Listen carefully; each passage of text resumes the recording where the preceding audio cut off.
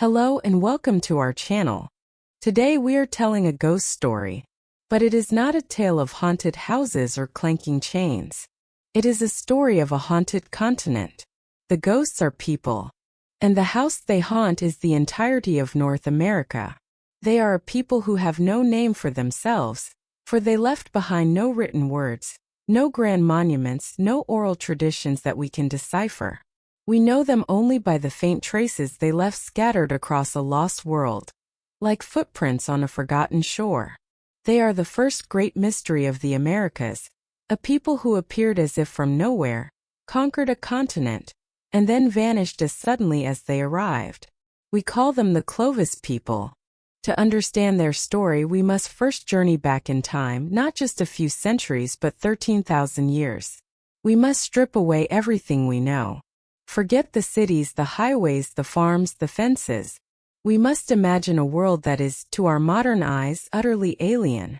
A world locked in the final frigging throes of the last great ice age. This is North America, but not as we know it.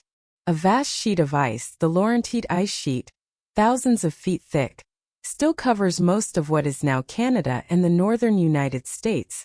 A colossal frozen continent within a continent. The climate is colder, harsher. The very shape of the land is different, with sea levels hundreds of feet lower than they are today. The world is populated by a menagerie of gigantic and terrifying beasts, a real-life bestiary of monsters that we now call the Pleistocene megafauna. Herds of woolly mammoths and the even larger Columbian mammoths, with tusks that curve in magnificent, deadly arcs, roam the grasslands. Mastodons, their stockier cousins, browse in the spruce forests. Giant ground sloths, some as tall as a giraffe when standing on their hind legs, claw at the branches of trees. There are horses and camels, native to this land, and giant beavers the size of black bears. And there are predators to match this prey. Dire wolves, heavier and more powerful than any modern wolf, hunt in packs. Saber-toothed cats, the mighty Smilodon, with their iconic 7-inch canines, stalk the herds. And towering over them all is the terrifying short-faced bear. Arctidus simus, a predator so large and fast it could run down a horse. This was a world of ice and monsters. And until a certain point in its deep history, it was a world empty of one crucial thing: human beings. For millions of years, while our ancestors evolved and spread across Africa, Asia, and Europe, the Americas remained a pristine human-free wilderness.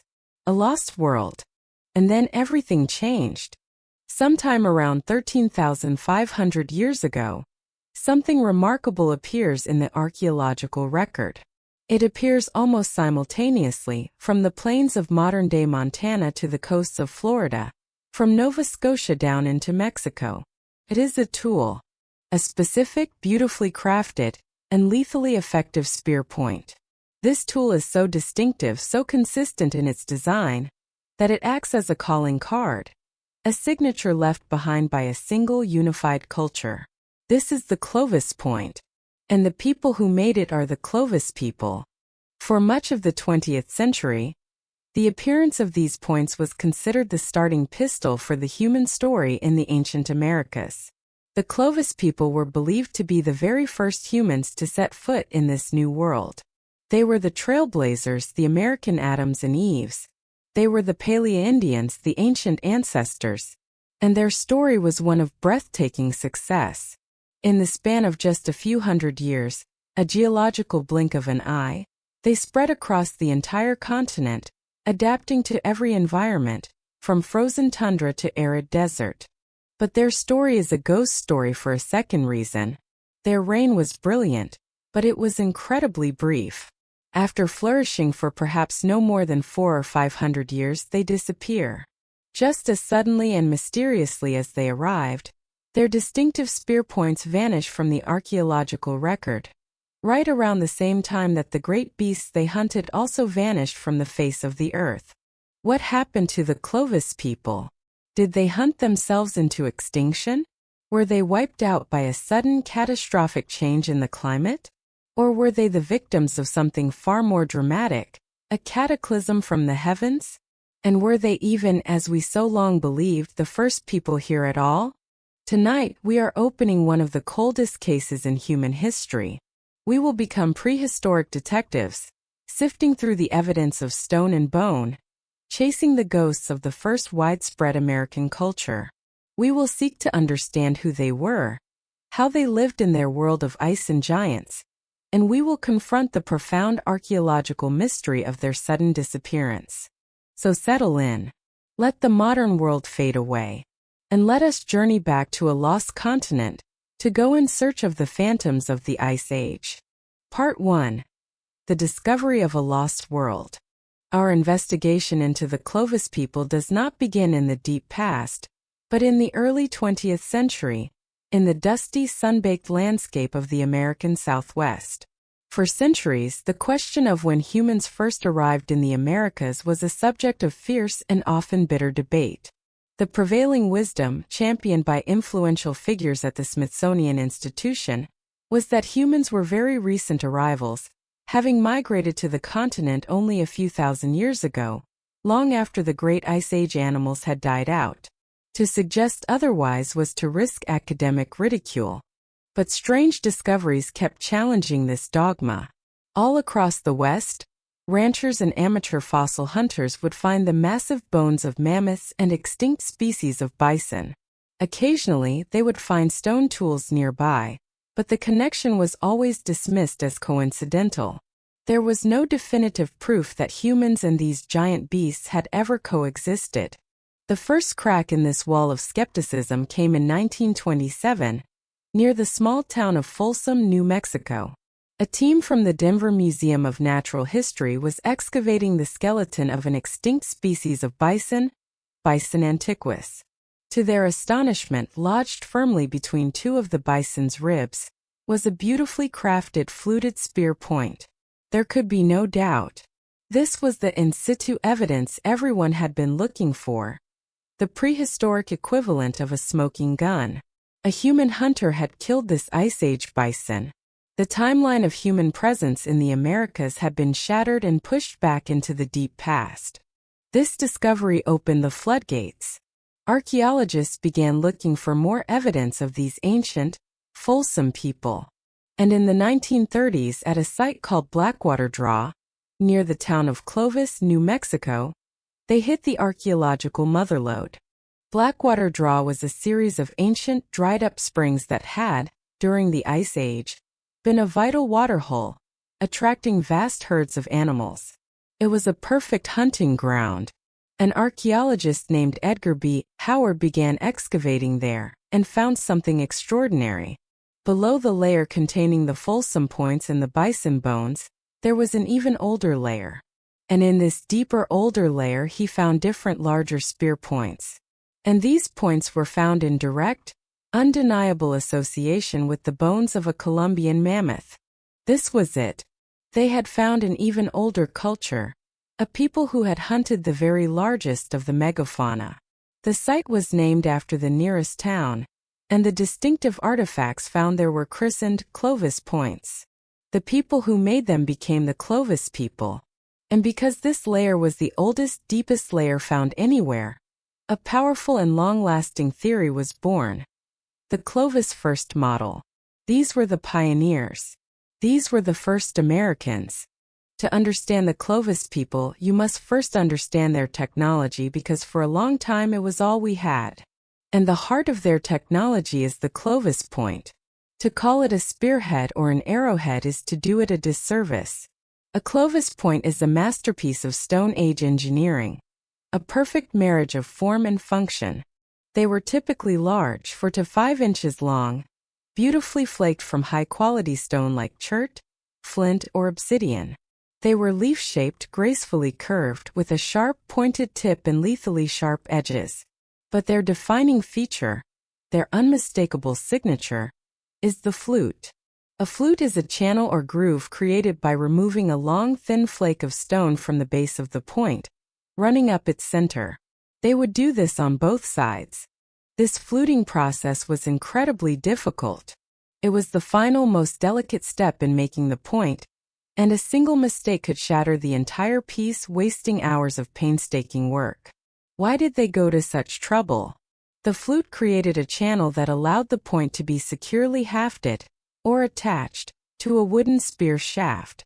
The base of the spear shaft could be fitted into the channel, creating an incredibly strong, stable bond, far superior to a simple surface mount. This was a weapon designed for high impact, deep penetration, exactly what you would need to pierce the thick hide of a mammoth. The Clovis point was the key that unlocked the continent. It was a highly effective, highly adaptable tool, a prehistoric Swiss Army knife.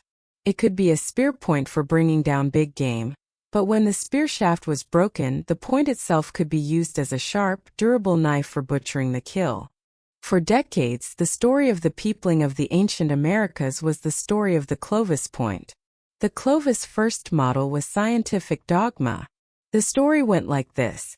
Near the end of the last ice age, a small band of big-game hunters from Siberia crossed over the Bering Land Bridge, or Beringia Vast, now submerged subcontinent of dry land that connected Asia and North America. They were following the herds of mammoth and bison. As the great ice sheets began to melt, a narrow, precarious ice-free corridor opened up, running down through what is now Alberta, between the massive Laurentide ice sheet to the east and the Cordilleran ice sheet in the Rocky Mountains to the west. The Clovis ancestors, the theory went, made a heroic multi-generational journey down this cold, barren corridor. When they emerged south of the ice, they found themselves in a hunter's paradise. A continent teeming with vast herds of large animals that had never seen a human being before, and had no innate fear of them. Armed with their superior Clovis point technology, they spread with explosive speed. Following the herds, they radiated outwards, populating the entire continent in a matter of centuries. It was a blitzkrieg, a lightning-fast colonization of an empty world. This was the grand, elegant, and powerful story that was told in textbooks and museums for more than 50 years. It was the story of the first Americans. But as we will see, like all ghost stories, the truth is far more complicated and far more mysterious. Part 2. A Portrait of the Lost People. To truly grasp the archaeological mystery of the Clovis people, we must try to breathe life into their stone tools. We must move beyond the artifacts and attempt to reconstruct the people themselves and the world they inhabited. Who were these phantoms of the Ice Age? How did they live? What did they believe? And what did their world look and feel like? Let us return to that lost landscape of the late Pleistocene. This was a world of immense biological richness. The grasslands were not monotonous fields of a single species of grass.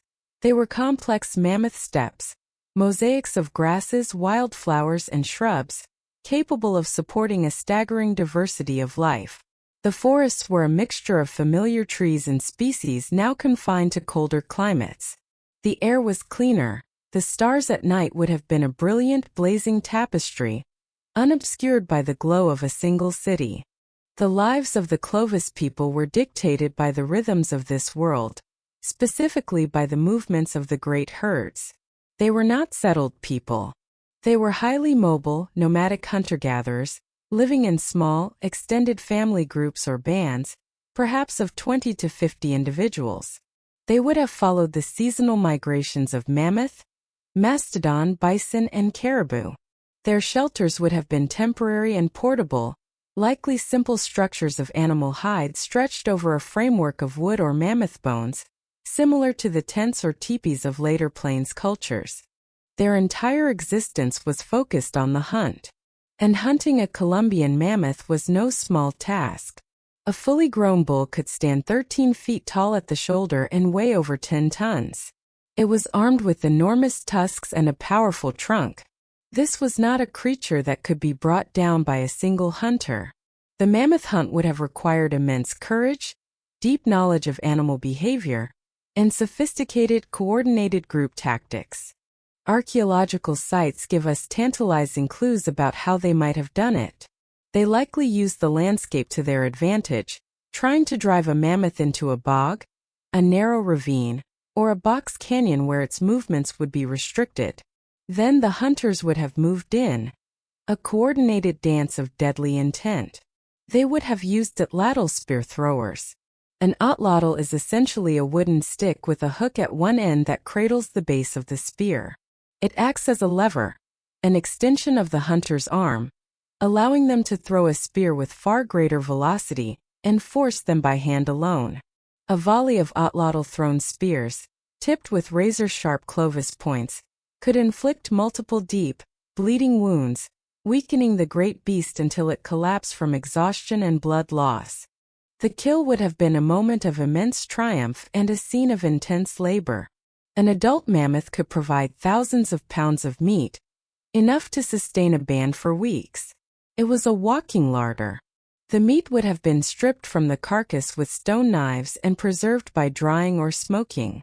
The thick hide would be used for clothing, blankets, and shelter. The massive bones and tusks were a vital raw material, used to make tools, household items, and perhaps even as structural supports for their dwellings. Nothing would have been wasted. The Clovis toolkit, as revealed at sites across the continent, was elegant and efficient. Beyond the iconic points, they had a variety of other stone tools. Large bifacial knives for butchering, hafted scrapers for cleaning hides, small flake tools for delicate cutting tasks, and gravers for carving bone and ivory.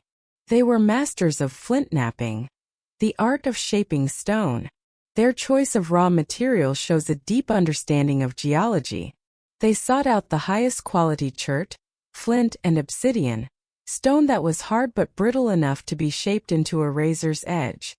Intriguingly, the stone used to make Clovis tools is often found hundreds, sometimes even thousands, of miles from its geological source. A Clovis point found in Ohio might be made from stone quarried in North Dakota. This tells us something profound about their mobility and their world. It suggests that these small bands were not isolated. They either traveled immense distances over the course of a year, or they were part of a vast, continent-spanning social network, trading high-quality stone and perhaps other goods along ancient, invisible highways. They were not wandering aimlessly. They had a mental map of a continent. But who were they as people? For a long time we could only guess. Their stone tools were silent on the matter of their origins, their beliefs, their appearance. Then in 1968, on a ranch in western Montana, a discovery was made that would give the Clovis people a human face. At a site now known as the Anzac site, construction workers accidentally uncovered the burial of a small child. It was a Clovis-era burial, the only one ever found. The remains were of a male infant, no more than 2 years old. He had been carefully and lovingly buried at the base of a cliff. And with him, his family had placed an extraordinary collection of grave goods.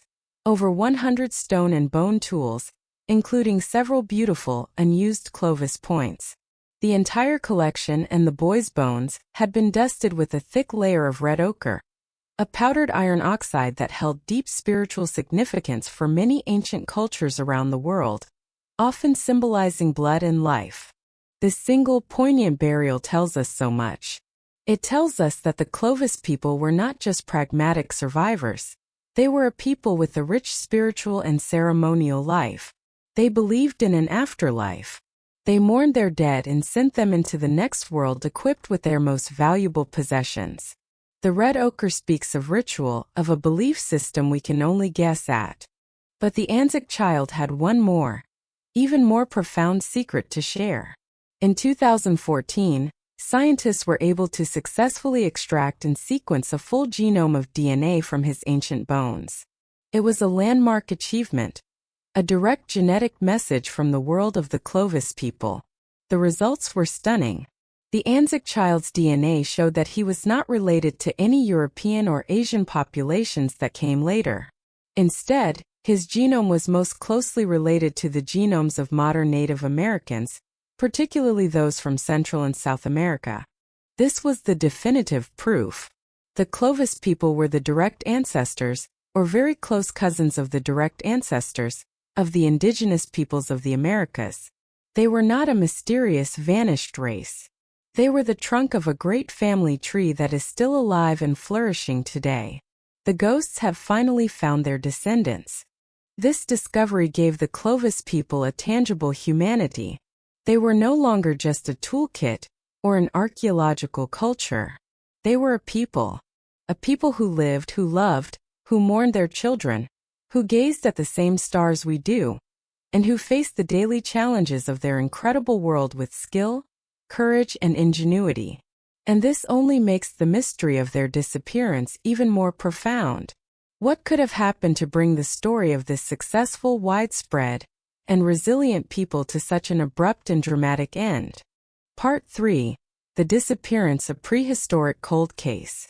The flourishing of the Clovis culture was a remarkable, continent-wide phenomenon. For a period of a few hundred years, their distinctive fluted points are found everywhere, a testament to their success.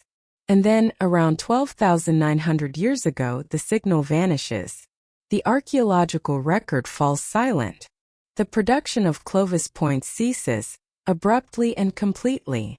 In the layers of Earth immediately following the last Clovis layer, new cultures and new styles of projectile points appear. But the great continent-spanning unity of the Clovis people is gone.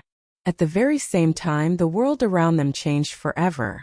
The great Pleistocene megafaunate mammoths, mastodons, saber-toothed cats, and giant sloths also vanish from the fossil record in a geological instant. The simultaneous disappearance of the Clovis toolkit and the megafauna represents one of the greatest and most enduring puzzles in all of archaeology. It is a prehistoric cold case with two victims: a people and the world they inhabited. For decades, scientists have debated what could have caused such a sudden and profound catastrophe. The investigation has led to three main theories, three prime suspects in the death of the Clovis world. Suspect 1. The overkill hypothesis, or murder-suicide. This was the first major theory, proposed in the 1960s, and it places the blame squarely on the Clovis people themselves. The overkill hypothesis, put forward by paleontologist Paul S. Martin, is a dramatic and compelling narrative. It suggests that the Clovis hunters were so incredibly efficient, so lethally effective with their atlatls and fluted points, that they became a plague upon the land. The theory argues that as these expert hunters swept down through the continent, they encountered vast herds of large mammals that had no evolved fear of human predators. The megafauna were naive prey, easy targets for these skilled killers. The Clovis people, according to this model, engaged in a blitzkrieg of slaughter, wiping out herd after herd, driving species after species to extinction. They were, in this view, the most successful invasive species in history. But their success was their undoing. By hunting the great beasts to extinction, they destroyed their own primary food source. The disappearance of the Clovis culture, therefore, was a direct result of their own rapaciousness. They effectively committed ecological suicide, their population crashing as the animals they depended on vanished. The overkill hypothesis has some compelling points. The timing is right. The disappearance of the Clovis toolkit and the mass extinction event seem to happen at the same time. And there is no doubt that Clovis people hunted mammoths and other large animals. The archaeological evidence for this is undeniable. However, over the years, this theory has faced significant criticism. Many archaeologists question whether a relatively small population of nomadic hunter-gatherers, armed only with stone-tipped spears, could truly have had such a devastating impact across an entire continent. Could they have really killed every last mammoth from the plains to the forests? Furthermore, the mass extinction event was not limited to the large animals they hunted. Dozens of species, from small mammals to birds, also died out at the same time. The Clovis hunters certainly weren't responsible for the extinction of, for example, the dire wolf or the saber-toothed cat. In fact, these predators would have likely benefited from the carcasses the humans left behind. The overkill hypothesis seems too simple to explain such a complex and widespread ecological collapse. It paints the Clovis people as uniquely destructive, a charge that many modern researchers find difficult to support. Suspect 2. Climate change, the usual suspect. A second, less dramatic but perhaps more scientifically grounded theory points the finger at climate change. The end of the Clovis era coincided with a period of abrupt and violent climate shifts. The world was warming up as the Ice Age ended, but this warming was not gradual. It was punctuated by a sudden, dramatic, and bizarre cold snap known as the Younger Dryas. Around 12,900 years ago, temperatures in the northern hemisphere plummeted, suddenly plunging the world back into near-glacial conditions. This cold spell lasted for over 1,000 years. The cause of the Younger Dryas is still debated, but it had a profound effect on the planet's ecosystems. Forests shifted, grasslands changed their composition, and water sources dried up or shifted. This theory argues that the Clovis people and the megafauna were victims of this rapid climate change. The shifting vegetation patterns would have disrupted the food chain from the bottom up. The mammoths and other large grazers, adapted to a specific set of Ice Age plants, may have been unable to cope with the rapid changes, leading to their extinction. The Clovis people, as specialist big game hunters, would have seen their primary food source disappear. Their culture, so perfectly adapted to hunting mammoths, would have been forced to change or perish.